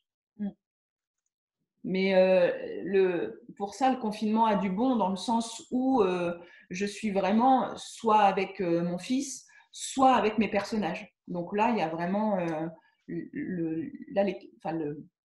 je m'aperçois vraiment que les personnages et les situations, enfin le contexte, commencent à grossir parce qu'ils ont la place pour se développer. J'avais une question, Alexandra, je ne sais pas si David pourra aussi répondre. Je me suis toujours posé la question sur la promotion d'un poste. Comment ça va se passer? Est-ce que tu continues avec une équipe des forges ou est-ce que tu vas, entre guillemets, basculer avec une équipe de points pour promouvoir le poche? Oui, alors je ne sais pas vraiment te répondre. Je pense que David le pourra, enfin plus que moi. Je pense qu'on passe à une autre équipe, mais là, je ne peux pas te dire. David? Oui, alors en fait, il faut voir que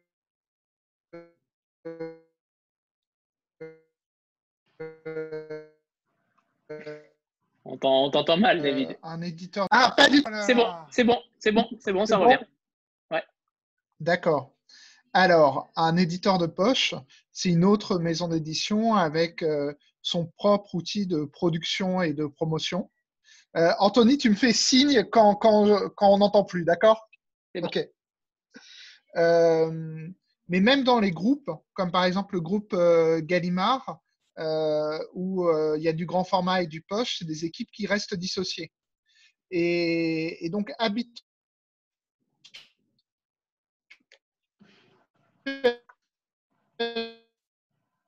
quand nous, on cède, on considère, quand on cède nos droits à un éditeur de poche, que c'est sa responsabilité.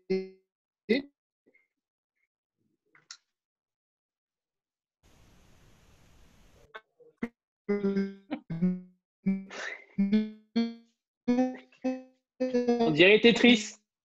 Là, on est sur Tetris, là. On a le forfait voyelle. Entre Tetris et Mario Kart.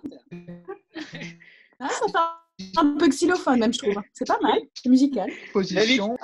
Oh là là. C'est mieux. En fait, dès que tu dis une bêtise, ça passe, mais dès que tu dis quelque chose de sérieux, ça coupe. Bon, ben, je répondrai par écrit. Voilà. Je vous enverrai un petit message. Voilà. Voilà. Là, ça capte. Moi, je le vois bien okay. je le vois bien dans la sélection du prix des lecteurs des éditions Point. Je le vois bien dedans, moi. Je ne sais pas pourquoi, mais je le sens comme ça. Ce serait excellent, oui, mais ça, je ne sais pas. Ça sera pour la rentrée. Espérons, parce que leur choix n'est pas forcément évident, hein, parfois. Oui, tu le fais cette année, toi, Anthony. Moi, je l'ai fait l'an dernier. Des fois, oui, c'est vrai. Mais celui-là, je le vois bien, vraiment. J'espère. Ouais. Pas facile cette année, je trouve. Hein. C'est pas dur. Facile. Ouais. Avec notre confinement, finalement, cette période de promotion, elle est complètement bouleversée. Est-ce qu'elle va être finalement plus longue que prévu initialement? Comment ça va se passer? Est-ce que finalement la promotion aura une vie plus longue qu'habituellement? Parce que le rythme du monde littéraire est à chaque fois très rapide avec les rentrées d'automne et puis les rentrées de début d'année. Comment ça va être géré finalement? Comment est-ce que vous allez pouvoir continuer à assurer cette promotion? Oui. Alors, la promotion, elle se fait… en fait, normalement, la promotion, elle s'arrête assez rapidement. David m'avait dit, c'est 3-4 mois et puis après, on passe à la rentrée de janvier, donc voilà, ce sera terminé. Et finalement, cette promotion-là, elle a perduré. Là encore, tout le mois de mars et le mois d'avril, tous les week-ends de mars, par exemple, étaient remplis par des salons ou des dédicaces. Et là, les salons ont été annulés. Donc parfois, par exemple, il y avait un salon en Suisse au mois de juin. Ce salon-là m'a dit, nous l'annulons, mais on reporte ce salon avec les mêmes auteurs au mois de mai 2021. Voulez-vous en faire partie? Donc là, j'ai dit oui. Et à côté de ça, il y a aussi des choses qui avaient lieu, comme des prix aussi. Le roman était sur le prix Palissy ou le prix Nogaro. Là, ce sont des prix de lycéens et vu qu'il n'y a plus de classe, là, les organisateurs m'ont dit, on annule et on annule aussi le prix. Donc là, c'est quelque chose qui est perdu pratiquement définitivement. Mais par exemple, pour Nogaro, l'organisateur m'a dit, vous n'êtes pas venu là cette année, mais on aurait envie de vous voir peut-être l'année prochaine ou encore l'année d'après. Voilà. Mais après, pour tout ce qui est promotion, là, tout est à l'arrêt, mais pour juillet ou septembre ou octobre, il y a tout de même déjà des rendez-vous confirmés. D'accord. Donc là, j'ai la chance effectivement d'avoir une promotion qui s'étend, c'est-à-dire que même là, le poche va sortir et la promotion pour le brochet est encore là et encore vivace. Donc c'est une histoire de bouche à oreille qui est assez incroyable et qui est ma foi, fort plaisante. Ne serait-ce que David, avec vous. Bien sûr. Notez que David nous a sorti une phrase insolite dans le chat. Le succès n'est pas proportionnel au succès, c'est l'inverse. Voilà. Donc, c'était l'explication à la question de tout à l'heure. Elle méritait qu'on la dise à voix haute. Vous avez 2 heures.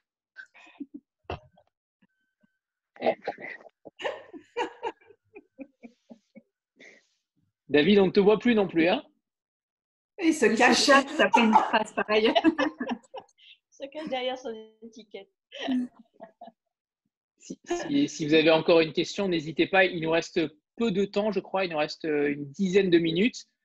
Donc, n'hésitez pas. S'il n'y a plus de questions, on s'arrête là, évidemment. Mais n'hésitez pas. Je ne sais pas si Catherine. Non, il y a 2 Catherine. Ah. Oui, moi. Voilà. Juste une petite question. Alors, je n'ai pas lu le livre, donc ma question va se porter juste sur le titre. Qui a choisi le titre? Est-ce que vous avez des latitudes pour choisir ou c'est l'éditeur qui choisit? Oui. Alors, le contrat dit que c'est l'éditeur qui choisit à la fin le titre et la couverture. Mais à côté de ça, le titre, c'est moi qui lui ai dit j'aimerais beaucoup avoir ce titre-là. Et c'est lui qui a dit OK, on va pour ce titre. Et pour la couverture, c'est la même chose. C'est-à-dire que même si c'est lui qui, normalement, a le dernier mot, à chaque fois, il m'a envoyé les différentes versions pour me consulter et savoir si ça me convenait ou pas. Donc, le contrat dit quelque chose, mais avec David, c'était vraiment différent. Et donc, c'est aussi important, je pense, dans la relation qu'on crée avec son éditeur. Il y a un terme de confiance, en fait, qui est là, tout à fait. Et le titre, vous l'aviez déjà dans la tête en écrivant le livre ou c'est venu à la fin? Non. Alors ça, je l'ai dit au début. Mais, je n'étais pas là. Ouais. En fait, j'ai loupé le début. C'est pas grave. Non, au départ, quand j'ai ouvert le fichier pour le manuscrit, ça s'appelait Projet T. Voilà, Projet T, comme Tchernobyl. Après, c'est devenu très rapidement Rayonnante, pour la polysémie du terme. Et puis, je trouvais que ça convenait bien au personnage. Après, quand j'ai ajouté les lettres d'Ivan, le titre féminin ne convenait plus. Donc, c'est devenu Les Deux Terres. Et après, en retravaillant avec David, Les Deux Terres ne me convenaient pas non plus. Donc, on a de nouveau fait un brainstorming pour savoir quelle place qu'on pourrait avoir. Et j'étais arrivée à l'Arche Verte.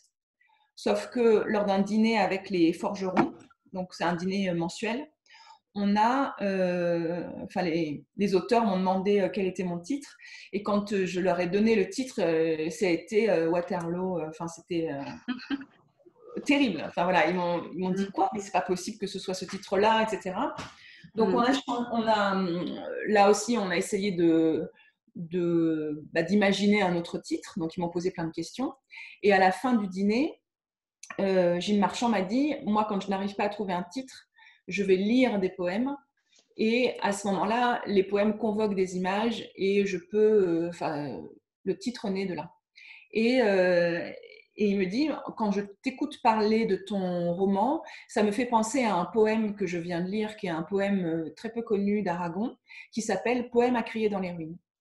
Et là, je me suis dit, mais c'est magnifique, en fait. Oui, il est très beau le titre. C'est très beau. Et quand je suis rentrée chez moi, j'ai lu le poème, parce que je ne le connaissais pas, c'est un long poème. Et dans le poème, il y avait une référence à un chef cosaque ukrainien. Et je me suis dit, la coïncidence est trop belle, il faut garder le titre. Voilà. Ouais, le titre interpelle énormément pour quelqu'un qui ne l'a pas lu. Ça,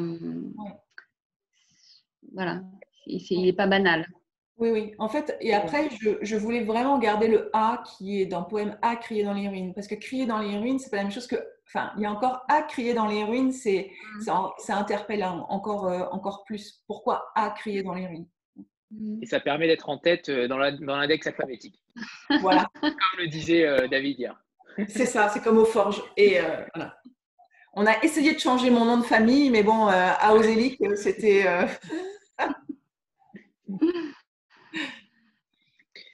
Alors, c'est bien. Mais moi, j'ai bien envie de le lire maintenant, après vous avoir entendu pendant un petit bout de temps. Merci. J'avais déjà envie de le lire avant, mais ça renforce mon envie. D'accord, merci. Alors, si tout le monde est OK et comment dire, si tout le monde n'a plus de questions, si personne n'a plus de questions, on va s'arrêter là, à moins que David veuille encore intervenir ou Alexandra, n'hésitez pas. La rançon du succès, ça va être. Déjà, merci à tous d'être là, et Alexandra évidemment, et David qui fait doublette avec hier. Mais merci Alexandra, merci infiniment, c'était passionnant, et évidemment ceux qui ne l'ont pas lu risquent de le lire dans peu de temps. Donc voilà, merci infiniment Alexandra, et merci à vous, vraiment. Voilà. Ouais. Merci beaucoup, Alexandra. Merci beaucoup. Merci beaucoup. Merci, bye bye. Et merci au renard. Allez, de rien.